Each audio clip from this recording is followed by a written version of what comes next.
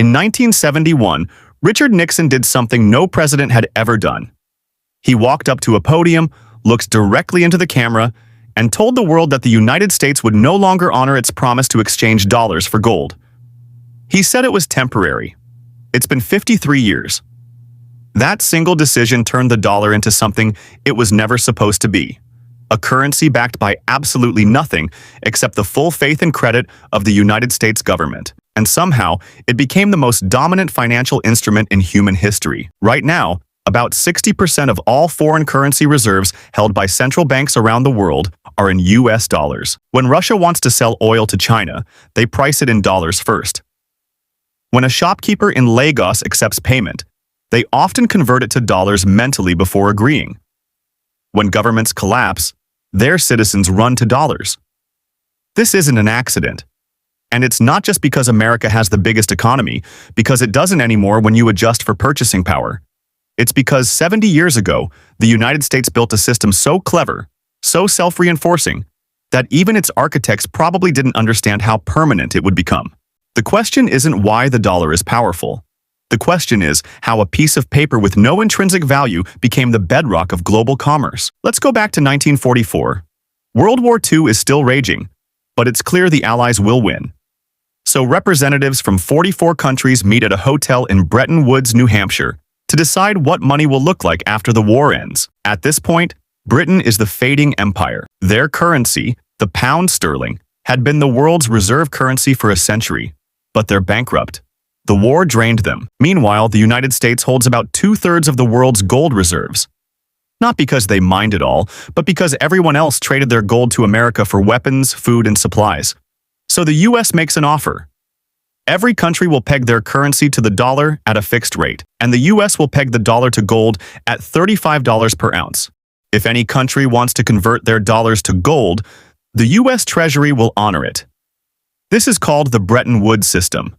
It sounds fair, it sounds stable, and for about 25 years it works. Global trade explodes. The dollar becomes the universal measuring stick. If you want to buy oil, sell steel, or park your national savings somewhere safe, you use dollars. But there's a problem, a mathematical inevitability that nobody wanted to talk about. To make the system work, the US has to supply the world with enough dollars to facilitate all this trade. So they run deficits. They import more than they export. They spend money overseas, funding wars, building bases, sending foreign aid. Dollars flood out of the US and into the global economy. But remember, every one of those dollars is supposedly backed by gold sitting in Fort Knox. And there's only so much gold. By the late 1960s, the math stops adding up. There are way more dollars circulating in the world than there is gold to back them. Countries start to notice. France, under Charles de Gaulle, starts converting their dollars to gold, shipping it back to Paris. Other countries get nervous. They start quietly doing the same. It's a slow-motion bank run on the United States. By 1971,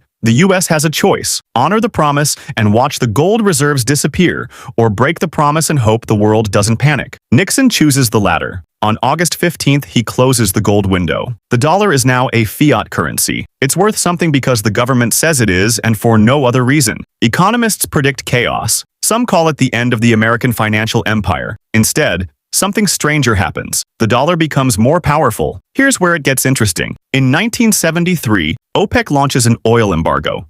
Prices spike. The global economy is in crisis.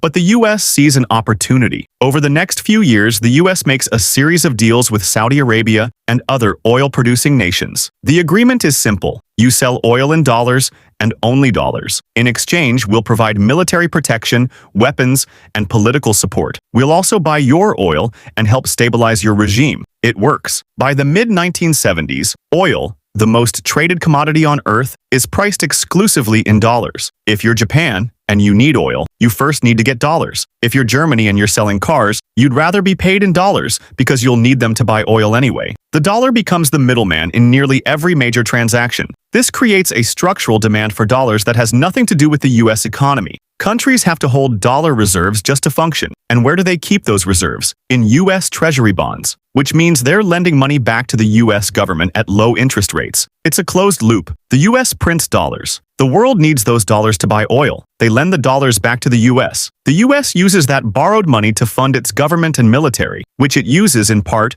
to enforce the system that makes the dollar necessary in the first place. But the dollar isn't just a currency, it's leverage. Because if the entire global financial system runs on dollars, that means every major transaction touches the US banking system at some point, which means the US can see it, and more importantly, block it. This is called the dollar's sanctions power. If the US government decides it doesn't like what you're doing, it can cut you off from the dollar system entirely. It's happened to Iran, to North Korea, to Russia, after Ukraine. And when it happens, it's economically devastating.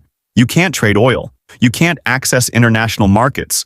Your currency collapses. No other country has this power. Not China, not the European Union, because their currencies aren't the plumbing of the global economy. And here's the uncomfortable part. This power exists entirely because everyone else depends on the dollar. The moment that dependence weakens, so does the leverage, which is why the US has spent decades ensuring that nothing replaces it. But systems this dominant always make enemies. China has spent the last decade trying to internationalize the yuan, signing bilateral trade agreements that bypass the dollar. Russia and India have explored rupee-ruble oil deals. The European Union has quietly pushed for euro-denominated energy contracts. Even Saudi Arabia has floated the idea of accepting yuan for oil. None of these have worked yet, not because the dollar is better, but because the infrastructure is already built. The world's banks, payment systems, and contracts are all in dollars. Switching costs money, time, and risk. So even countries that resent the dollar's dominance keep using it. But there's something else. The US has started using the dollar as a weapon more openly, freezing Afghanistan's reserves, seizing Russian central bank assets. These moves are justified as national security,